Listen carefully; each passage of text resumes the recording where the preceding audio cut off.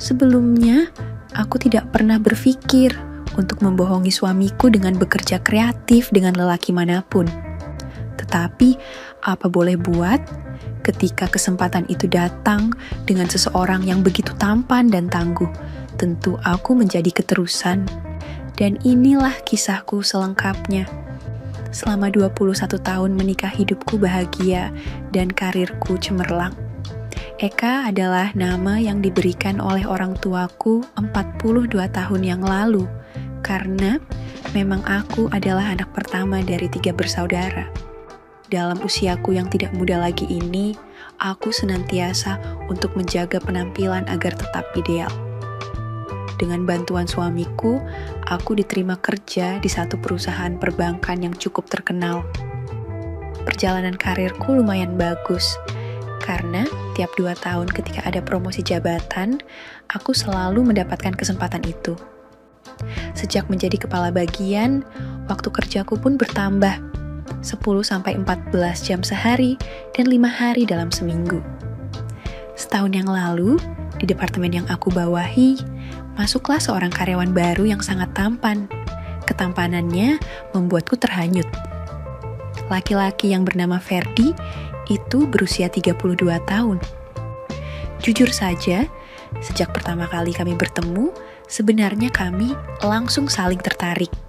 Namun kami saling menahan diri, karena status di pekerjaan itu, ditambah lagi kami berdua sama-sama sudah memiliki keluarga. Suatu hari, perusahaanku diguncang kasus yang membuat semua pegawai panik. Untuk beberapa malam, aku dan para pegawai terpaksa harus bekerja sampai larut malam di kantor. Bahkan di akhir pekan dan hari libur nasional, sekalipun terpaksa kami berada di kantor. Suatu malam, ketika sedang mendekati frustrasi karena rumitnya pekerjaan, aku dan Ferdi pergi ke suatu kafe di bilangan pusat kota. Ya, sekedar minum dan melepas lelah. Aku duduk di kursi yang berdampingan dengan Ferdi.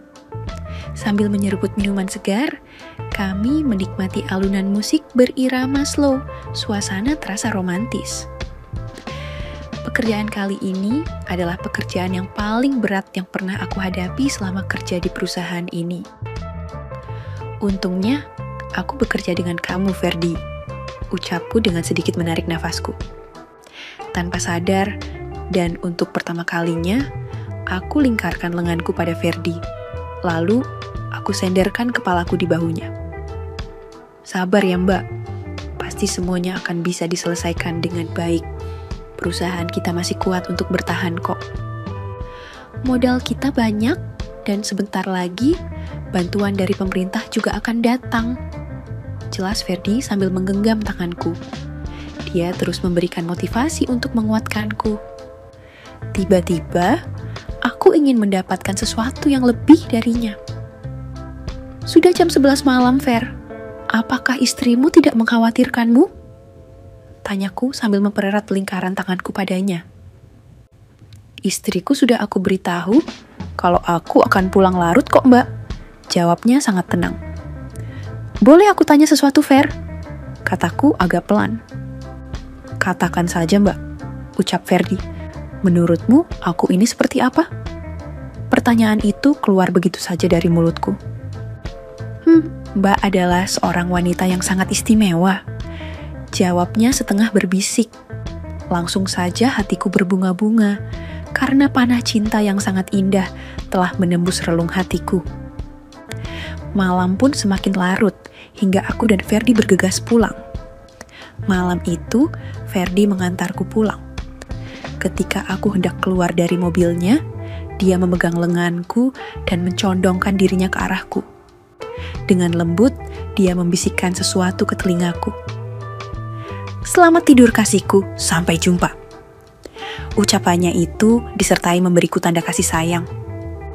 Kuakui, saat itu aku tak kuasa menahan getar-getar asmara yang semakin merasuki jiwaku. Aku pun membalasnya. Sementara itu, aku urungkan niatku untuk turun dari mobilnya.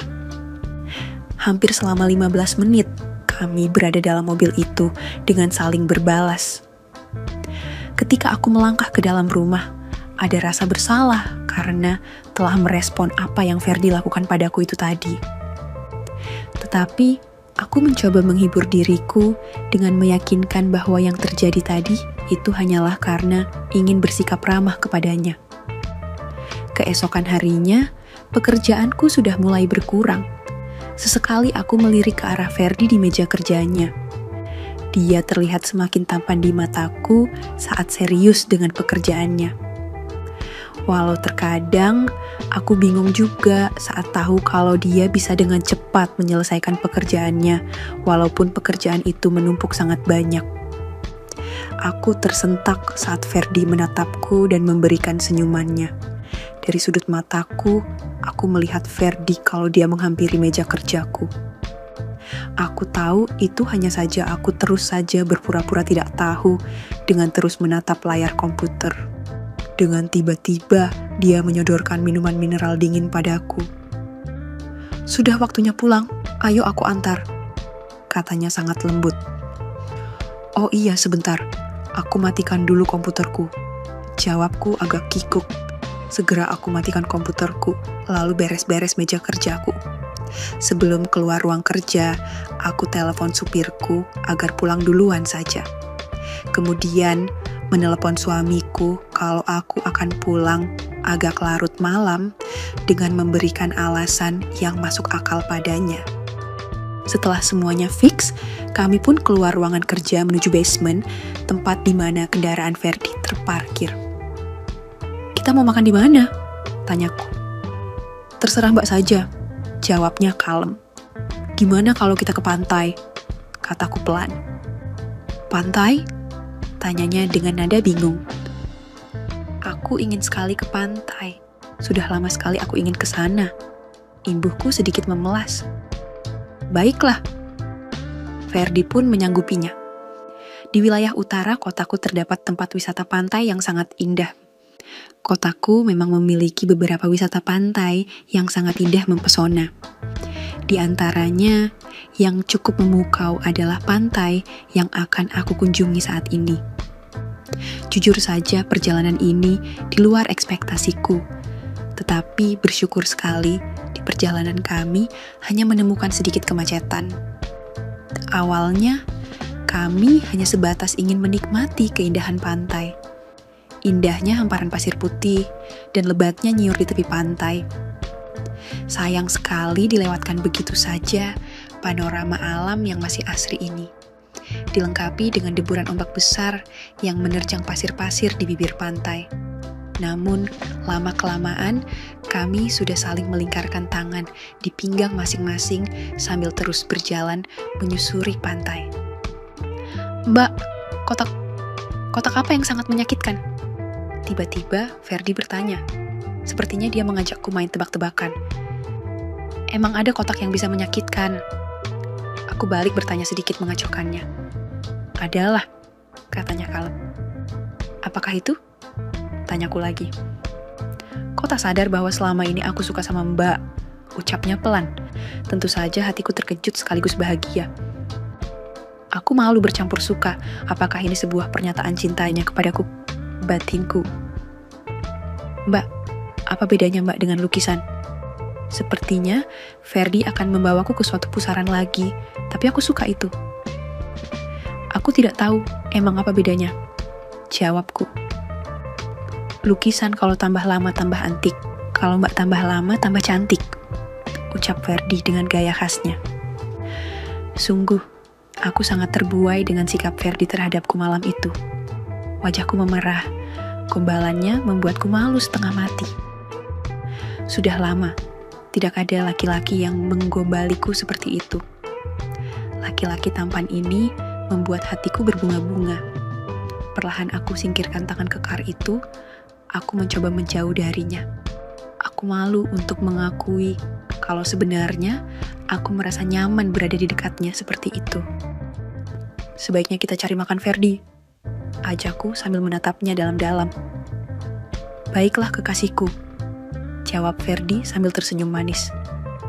Untuk acara makan, kami pun menyewa cottage.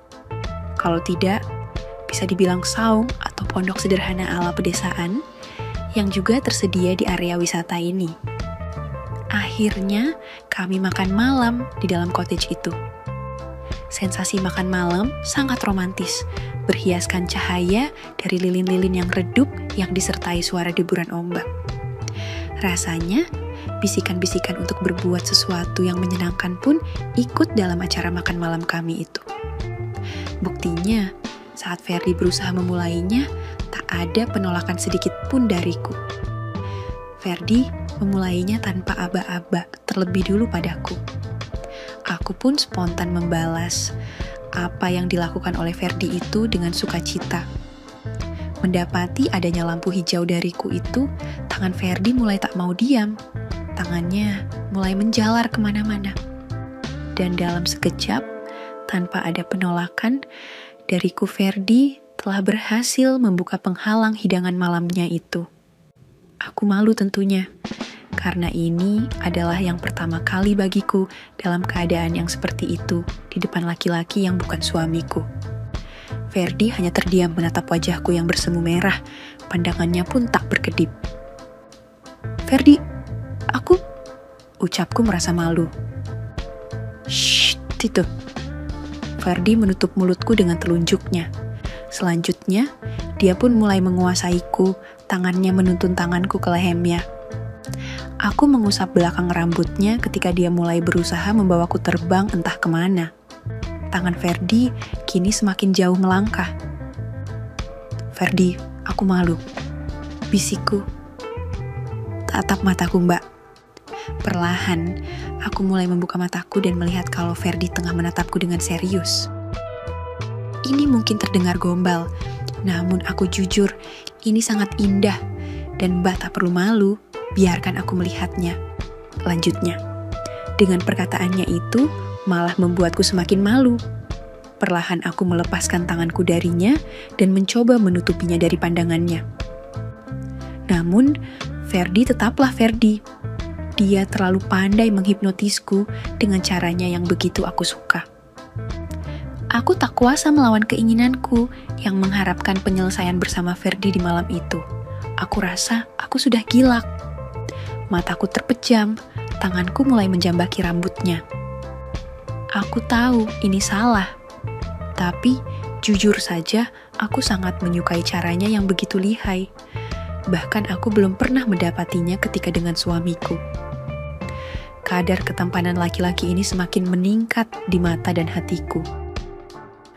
"Maaf Mbak, selama ini aku sangat menginginkannya," kata Ferdi sambil membelai rambutku. "Kerjakan sayang, kerjakan saja. Aku juga menginginkannya," kataku dalam hati sambil memegang wajah Ferdi, memegang setiap ketampanannya. Dengan perlahan Ferdi memposisikanku sedemikian rupa. Aku benar-benar seperti telah terhipnotis. Aku menurut saja dengan apa yang Ferdi kerjakan di malam itu. Ferdi tahu kalau aku sudah memberikan peluang itu seluas-luasnya baginya. Aku yang sudah kehilangan akal sehat, segera meraih dan membimbingnya ke alat kerja kreatif yang tepat. Spontan jiwa ragaku pun langsung berkelebat mengawang-awang tinggi sekali. Ferdi benar-benar pandai membuatku semakin mengawang-awang. Jujur, ini sangat jauh indah ketimbang di saat aku bekerja kreatif dengan suamiku. "Maafkan aku suamiku, aku suka ini." Aku hanya memejamkan mataku. Aku tidak bisa membayangkan wajahku saat itu. Aku juga tidak dapat berimajinasi rambutku yang sudah diacak-acak jari Ferdi. Aku tidak dapat menceritakan bagaimana rasanya saat itu dengan kata-kata. Tanpa merasa lelah sedikit pun, Ferdi terus berjuang mengantarku ke puncak merbabu. Bahkan aku sudah memperolehnya 2 kali. Benar-benar luar biasa sekali. Aku akui secara jujur bahwa selama ini suamiku belum pernah membuatku seperti ini. Karena biasanya dia itu langsung gas selesai sudah dengan membiarkanku yang selalu nanggung. Tetapi Ferdi tampaknya masih sangat jauh untuk bisa mengejarku. Aku sungguh-sungguh kagum dengan kehebatannya itu. Setelah hampir 50 menit berlalu, Tiba-tiba Ferdi berhenti bergerak pada saat aku sampai untuk yang kelima kalinya. Rupanya, dia juga telah mencapai tujuannya. Sedikit demi sedikit merdalah keinginan kami berdua itu. Ferdi kembali membisikkan kata-kata baik dan berterima kasih. Bagaikan Ferdi itu telah berhutang berjuta-juta padaku. Hubunganku dengan Ferdi semakin erat. Sejatinya aku semakin senang pergi ke kantor, karena ada dirinya yang selalu mampu membuat semangatku makin tinggi. Aku tidak yakin kalau rekan-rekan kerjaku maupun atasanku menyadari adanya udang di balik batu dalam kedekatanku dengan Ferdi. Kami memang sangat berhati-hati agar tidak menjadi bahan gunjingan, walaupun ada saja yang curiga Ferdi memperlakukanku benar-benar seperti istrinya. Dia selalu menyediakan diri untukku. Saat aku kesal karena pekerjaan, dia menenangkanku, dan dia selalu melakukan berbagai hal yang dapat menyenangkan diriku. Seperti mengajak makan siang atau makan malam yang tidak jarang dilanjutkan dengan kegiatan seperti yang di pantai waktu itu. Sejujurnya, aku tidak tahu seberapa jauh hubungan ini akan berlangsung. Dalam hati kecilku, aku tidak ingin perkawinanku retak, tetapi juga tidak ingin kebersamaanku dengan Ferdi berakhir. Bahkan, aku tidak tahu apa yang akan terjadi jika salah satu di antara kami mengundurkan diri dari perusahaan itu.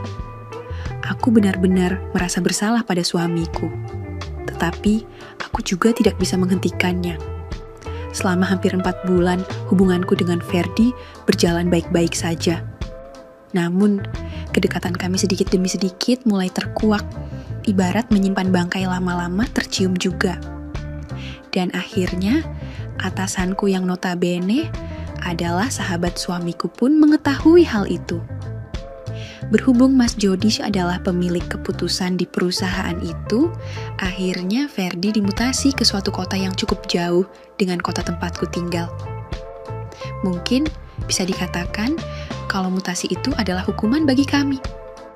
Ya, kami seolah-olah dijauhkan satu sama lain oleh Mas Jody agar hubungan kami tidak berlanjut.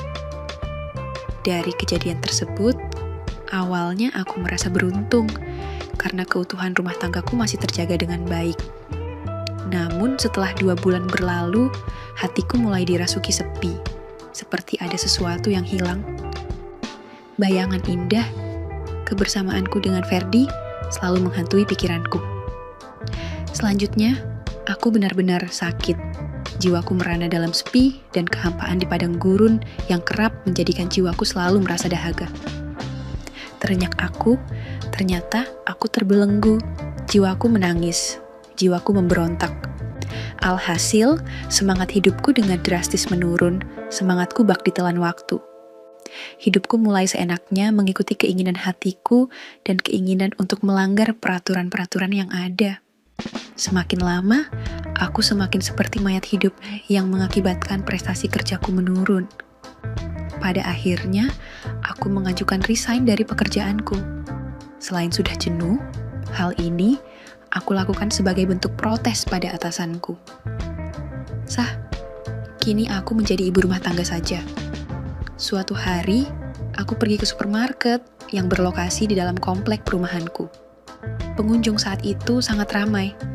Mungkin karena ini adalah awal bulan, banyak orang yang berbelanja. Aku juga kemari untuk membeli keperluan rumah. Hampir di setiap lorong pembelanjaan, aku bertemu orang-orang yang aku kenal. Hampir semuanya ibu-ibu. Dan sebagian besar adalah kenalan sejak masa remaja. Permisi, tiba-tiba ada suara yang membuyarkan lamunanku. Aku pun langsung menoleh. Kamu malah. Aku kira siapa? Sapa hangatku pada sahabat lamaku yang sudah jarang ketemu dan sekarang ketemu lagi. Kami pun saling bersalaman sambil cipika-cipiki. Kamu kelihatan kurusan Eka, kata Mala sambil menelisikku dari atas sampai bawah. Lagi banyak pikiran lah. Aku lagi mumet kepalaku. Jawabku setengah bercanda. Aduh, penyakit pikiran toh. Cepet-cepet sembuhin dong. bisa ngerembet penyakitnya loh kemana-mana. Ucap Mala santai. Iya nih, sepertinya aku harus ke psikiater. Keluhku serius. Segitu beratnya kah? Boleh aku tahu permasalahannya? Nada suara Mala berubah menjadi serius. Kebetulan aku ingin sekali curhat masalahku. Emang sudah lama aku ingin main ke tempatmu. Aku ingin ngeluarin unek-unekku ini.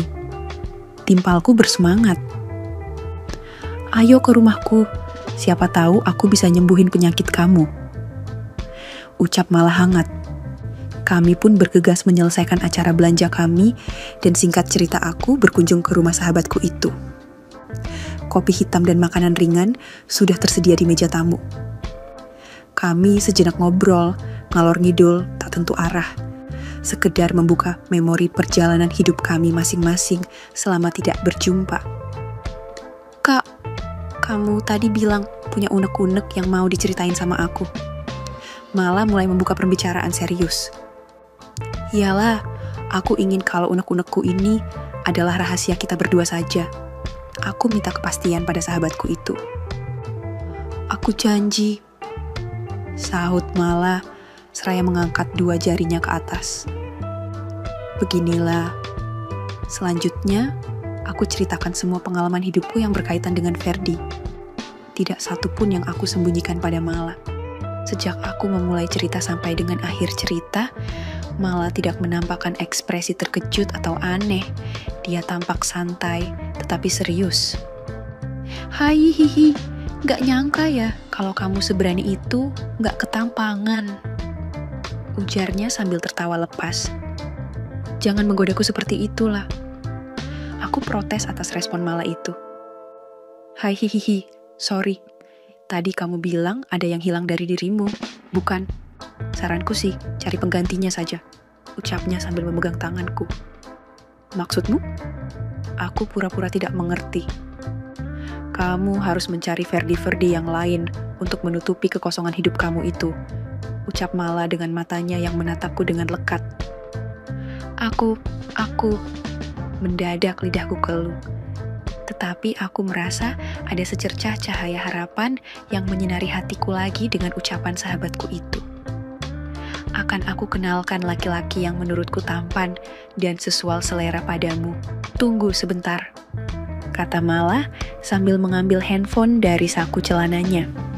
Mala sedang menghubungi seseorang dan aku sedikit berdebar-debar menunggu sahabatku itu berbincang-bincang dengan lawan bicaranya di seberang sana.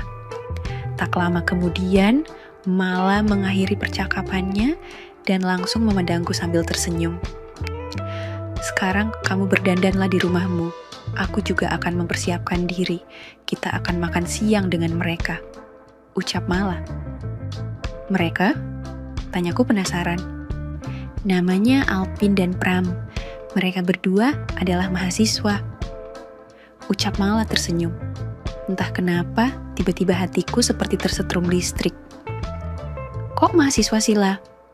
Tiba-tiba akun protes. Tenang saja, mereka bukan pria-pria macam itu. Mereka adalah pemuda-pemuda yang butuh kasih sayang. Hihihi. Celotehnya sangat ringan. Seketika itu timbul rasa penasaranku. Tak bisa aku pungkiri kalau ajakan Mala itu membuat semangat hidupku bangkit lagi. Aku berbincang-bincang sebentar dengan sahabatku itu, lalu pulang diantar putrinya Mala dengan mobilnya. Sesampainya di rumah, aku langsung mandi dan berdandan. Mandi dan berdandanku cukup lama hingga Mala datang menjemputku pun aku belum selesai berdandan. Akan seperti apakah kisahku dengan mahasiswa yang akan diperkenalkan sahabatku itu? Akankah dia bisa sehebat Ferdi? Aku makin penasaran saja jadinya. Teman-teman semua juga penasaran kan? Nantikan kelanjutannya ya hanya di channel Makyam ini saja. Oke, segitu dulu untuk kali ini dan semoga kalian bosku semua terhibur hari ini ya. Sekali lagi, tidak pernah lupa Mimin ingin mengingatkan bahwa tidak ada maksud untuk merusak moral. Tapi di sini kami selaku admin channel Makyam hanya berbagi pengalaman dari viewer saja yang tentu saja tidak untuk ditiru. Terima kasih sudah mau mendengarkan kisah nyata ini. Ambil baiknya dan buang buruknya dari cerita kisah ini.